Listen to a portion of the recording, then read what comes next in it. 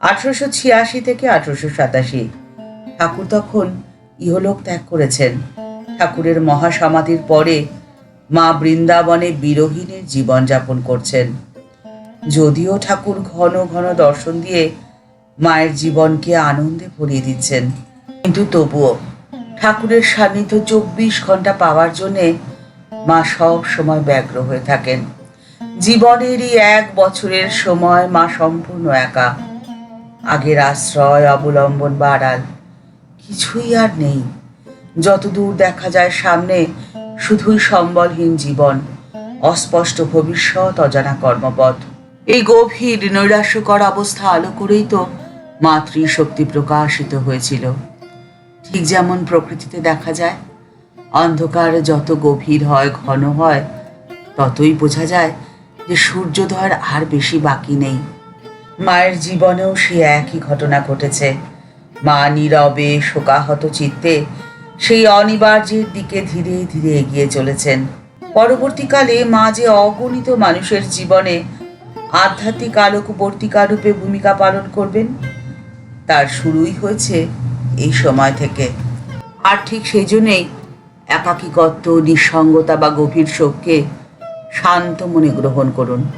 তাই গভীর শোকে বা দুঃখে আপনার ধৈর্য এবং সংযম আপনাকে মানসিকভাবে এতটাই শক্তিশালী করবে যে আপনার জীবনে সূর্যোদয় হবে খুব তাড়াতাড়ি। আপনার জীবন আলোয় ভরে উঠবে। শেষ বয়সে আপনার আর কোনো কষ্ট থাকবে না। ঈশ্বরের লীলা বোঝা সাধারণ বুদ্ধিতে তো সম্ভব নয়। ঠিক যেমন ঠাকুর শ্রী রামকৃষ্ণ পরমহংসদেব চাননি যে তিনি এই ধরনীতে থাকা অবস্থাতে শ্রী মাকে সকলে জানুক, চিনুক। 1885 সালে পানিহাটির মহোৎসবে ঠাকুরের সাথে মায়ের যাওয়া প্রসঙ্গে ঠাকুর বললেন, ওর ইচ্ছে হয়তো চলুক। এই নির্দেশহীন কথা শুনে শ্রীমা সারদা দেবী না যাওয়ার সিদ্ধান্তই নিয়েছিলেন।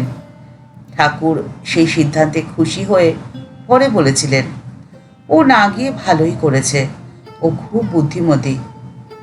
ঠাকুরের এই মন্তব্য শুনে মা বলেছিলেন, সকালবেলায় উনি যেভাবে আমাকে যেতে বললেন, তাতেই তো আমি বুঝতে পারলুম যে খোলা মনে তিনি অনুমতি দিচ্ছেন না।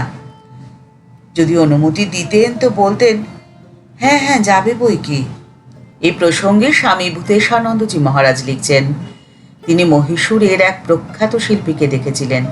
তিনি ছবি আঁকা শেষ না হওয়া পর্যন্ত কাউকে তার স্টুডিওতে ঢুকতে দিতেনই না।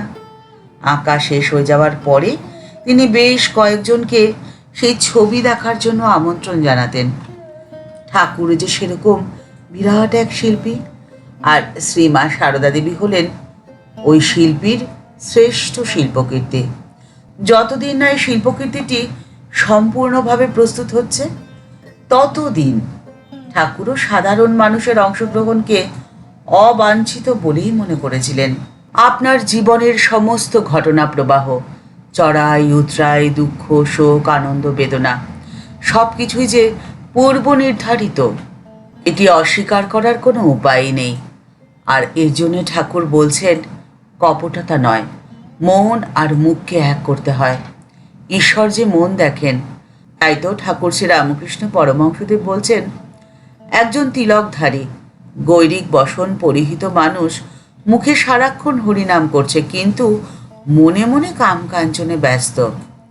তার থেকে সেই মানুষটি অনেক ভালো থাকবে যে বাইরে নানান কাজে ব্যস্ত থাকলেও মনে মনে সব সময় তাকে স্মরণ করে, তাঁর পাদপদ্মে মনটি রেখে সংসারের সমস্ত দায়িত্ব কর্তব্য সুষ্ঠুভাবে পালন করে।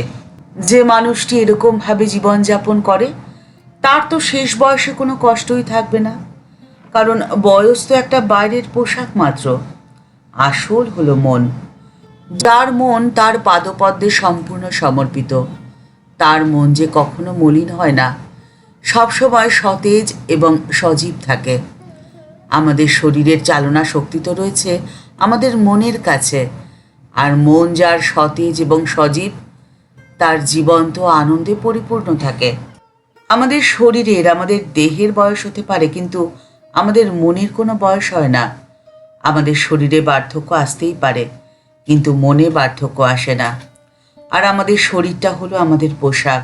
আর সেই জন্যে পোশাক পুরনো মলিন হতে পারে। আর আপনার মন সদা নির্মল থাকবে তখনই যখন আপনি আপনার মনের মধ্যে সর্বশক্তিমানের আসন সুপ্রতিষ্ঠিত করতে পারবেন।